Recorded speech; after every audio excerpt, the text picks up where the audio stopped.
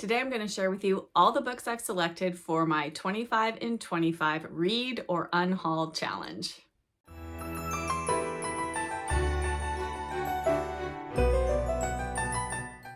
Hello book friends, I'm Jen and welcome to my reading life and welcome to my 25 in 25 Read or Unhaul project. As I mentioned in my 2025 reading goals video, I am planning to read or unhaul 25 books that have been on my unread shelf since prior to 2019. And as I was making a list of all of these books, most of these have been on my shelf since well before 2013, actually, which was quite surprising to me. I actually went through and made a spreadsheet of all the books that I could lay my hands on that I knew I had purchased prior to 2019. Or had come into my life prior to 2019, whether they were gifts or what have you. And I think I ended up with about 83 books that have been on my shelves since before 2019, which is crazy. And it is time to whittle down some of those and get them off my TBR shelf and either read them or unhaul them, depending on how I end up feeling about them. So what I ended up doing with my spreadsheet was I decided to kind of subdivide them into loose genres, and then I used a random number generator and I picked a number of books from each genre just because I didn't want to have all fiction or all nonfiction or just all mysteries. I wanted to have a variety to pick from throughout the year. And so these 25 represent that random selection. And I'm just going to go through them and show you what I've got. So I did kind of group them into categories. So we'll just start off, shall we, and go through all of these. And my biggest categories are fiction and nonfiction. So I have the most books that I have to read are fiction, and then second is nonfiction. So I will start with nonfiction. These are in no particular order. They are just what was picked by the random number generator. And the first book is A Tuscan Childhood by Kinta Beevor. I believe this is a memoir of her life in Tuscany. And then next I have Upstream by Mary Oliver. I was so happy when this one got selected because I have so enjoyed reading Mary Oliver's poetry this year, and I'm looking forward to reading her essays. And then another memoir is En Rue Tatin by Susan Loomis. Yes? Yes, Susan Loomis. And again, this is, I think, about a woman who moves to France and it's all about her life there. Next up is Personal Pleasures by Rose Macaulay. I actually started dipping into this year, and then I just had too many other things that I was reading, so I set it aside, but I'm glad this one got selected. It is just essays on different pleasures in life, and I'm very excited to read my first Rose Macaulay. I have another of her novels on my shelf to read as well. Maybe I'll get to that one next year as well. And then next up is Grace Eventually, Thoughts on Faith by Anne Lamott. Love Anne Lamott. And then I have Bookworms, Great Writers and Readers Celebrate Reading, edited by Laura Furman and Eleanor Standard. I've had this book forever, and I love books about books, so I'm excited to get into this. This is all essays and writings from different readers and writers, so very much looking forward to this. And then lastly, I have a biography, and that is Audrey and Bill, a romantic biography of Audrey Hepburn and William Holden by Edward Z. Epstein. I'm not sure if I've talked on here much about what a huge Audrey Hepburn fan I am, but I am a huge Audrey Hepburn fan. In fact, I might dedicate a video next year just to showing you all of my Audrey Hepburn books that I have, which isn't all that I've owned over my life. I had a huge collection of biographies about her, and I culled a bunch of them just because I knew I wouldn't reread them, and not all of them were the greatest, but I have lots and lots of coffee table books and other books about her and her movies, so I might have to share those if you guys are interested. But looking forward to this. I'm not 100% sure how I'm going to feel about this book, but we shall see. All right, I think I'm going to go through some of the smaller categories of books that I have. So next up, I have 2 middle grade books that have been on my shelf for a very long time. The first is The BFG by Roald Dahl. I've actually seen the movie of this. We watched it with my son, and he's read the book, but I have not read the book, so I am looking forward to this. I will probably save this for middle grade March. And then my second middle grade book, I'm not 100% sure about this because this is the second book in a series, or it's the sequel, and I didn't love the first book, and that is The Phoenix and the Carpet by E. Nesbit, and this is the sequel to 5 Children and It, which I read and did not love. So this might be a DNF that goes into the Unhaul pile because I'm just not sure. The thing I found about 5 Children and It was that it was really repetitive. It was just like every chapter was kind of a little vignette, and the stories were just, they followed the same pattern. And I think as a child, I probably would have enjoyed that, but as an adult, I just found it got really repetitive by the end. So has anyone read this? Is it similarly structured? Because if it is, I don't know, maybe I'll unhaul it now and pick something else. We'll see. And then I have 2 classics that came up, and I'm excited about both of them, and hopefully I will get to them next year.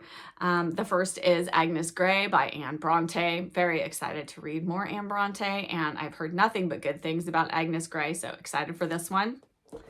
And then I actually have a Dickens that I've had for a very long time, and I have no idea if this is a good one to read to kind of start my Dickens journey. The only things I've read by him are A Christmas Carol and Oliver Twist and Great Expectations. The one that was picked for this challenge is The Old Curiosity Shop, and yes, has anyone read this? Did you enjoy it? Is it a good Dickens? It's not one of the like super fat ones, so I'm kind of excited about that. But I have had this on my shelf for a very long time, and the other Dickens novels that I have been much more recently purchased, so it would be nice to read this one and get it off my TBR shelf. And then my next category is mystery, and I have 3 mysteries that have been sitting on my shelf for a long time. And first up is The Man in the Queue by Josephine Tey. This is the first in her Inspector Alan Grant mystery series.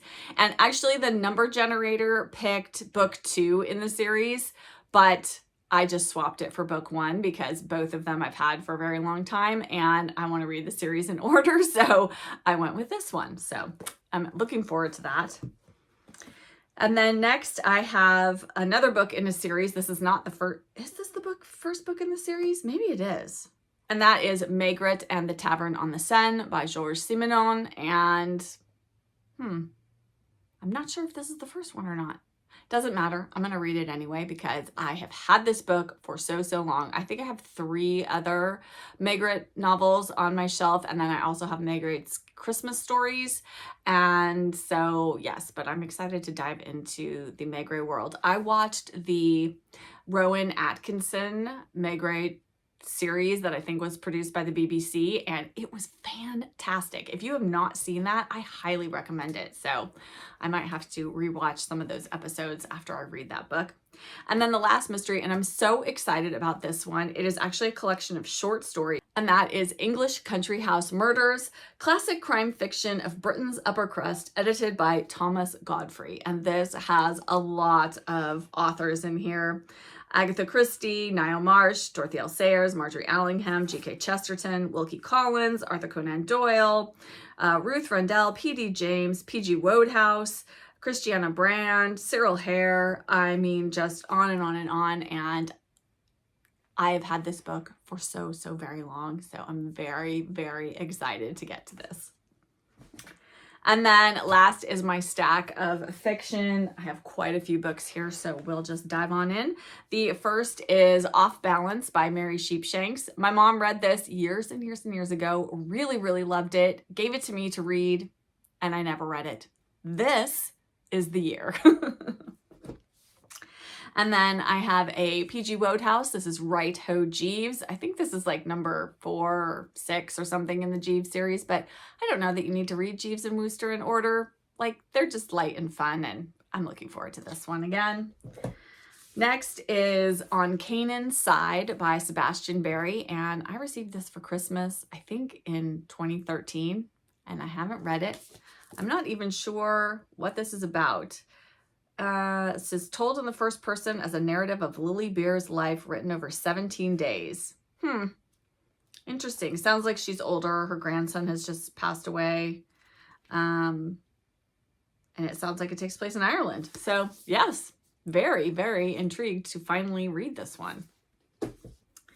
And then next I have Delicious, a novel by Ruth Reichel. And I've read Ruth Reichel's nonfiction. I really loved Save Me the Plums. That was a fantastic memoir of her life as the editor of Gourmet magazine.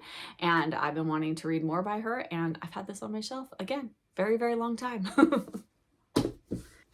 I actually have quite a few historical fiction that were picked by the random number generator. Apparently, I like to collect historical fiction and then not read it because that was a huge chunk of the books that were on my unread shelf since prior to 2019.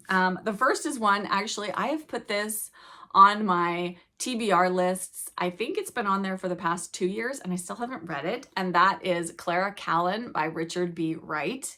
And this is a story about two sisters in the 1930s.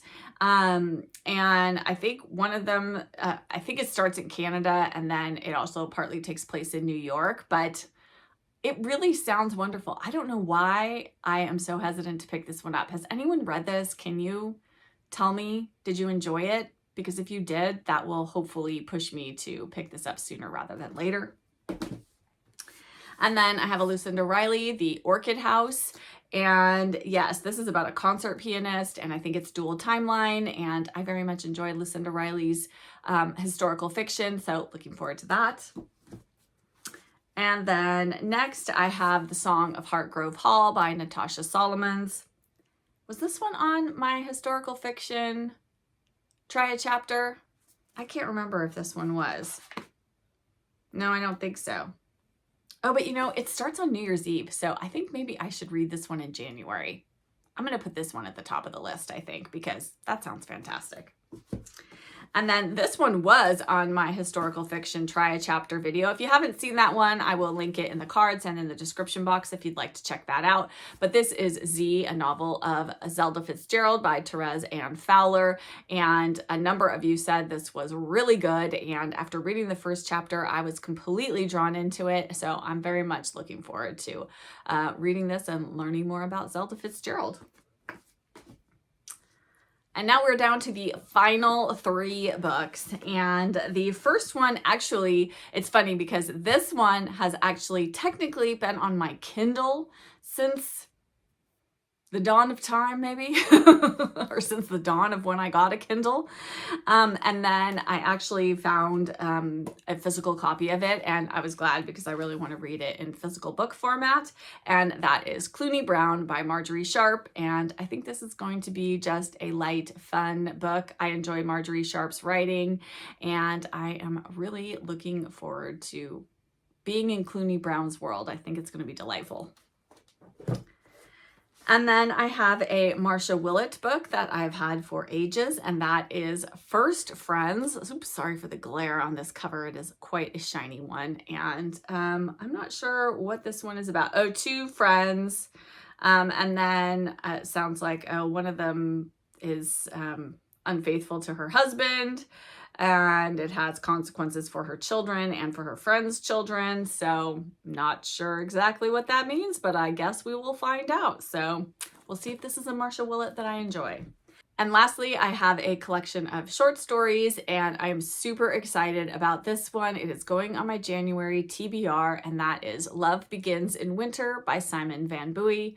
Simon Van Buie wrote Sipsworth, which you know I read and loved this past year. I've read another collection of his short stories called The Secret Lives of People in Love, and I absolutely adored it. So I am very much looking forward to this. I think I purchased this right after I read that first collection of his, and I'm not sure why I haven't picked it up yet, but this is going to be the year, or 2025 is going to be the year, actually. And that is it. Those are my 25 books. So my plan is to hopefully pick a couple each month to read or unhaul if I end up not enjoying them and DNF them. But either way, these books are either going to move onto my red shelf and become a part of my permanent collection, or I'm going to unhaul them and hopefully they go to a reader who will enjoy them. And I may unhaul books even if I read them to completion, if they're just something that I don't think I will want to read again, just isn't going to be a new favorite of mine. But anything in this stack that becomes a new favorite is going to stay on my shelf, and everything else is going to go. So at least I will get through these 25 books. And if for whatever reason I don't read any of these, like they get left at the end of the year, then they're just going to go, because clearly I didn't want to read them throughout the course of the year. And if I didn't want to read them throughout an entire year, then I probably don't want to read them, at least not that badly. And they should go to somebody who does want to read them, hopefully. And if I ever want to read them in the future, I'm sure I could find them again. So those are my parameters for my read or unhaul project for 2025. I would love to hear from you in the comments. Any of these that you particularly recommend, that you really think I would enjoy and should prioritize. Any of these that you read and didn't enjoy. I would like to hear that as well. Are you going to try to read any specific books in 2025 and get them off of your unread shelf? Or are you just giving yourself free range to read whatever suits your fancy? And certainly I am going to do that. I tried to get a variety of books so that I could read to my mood each month.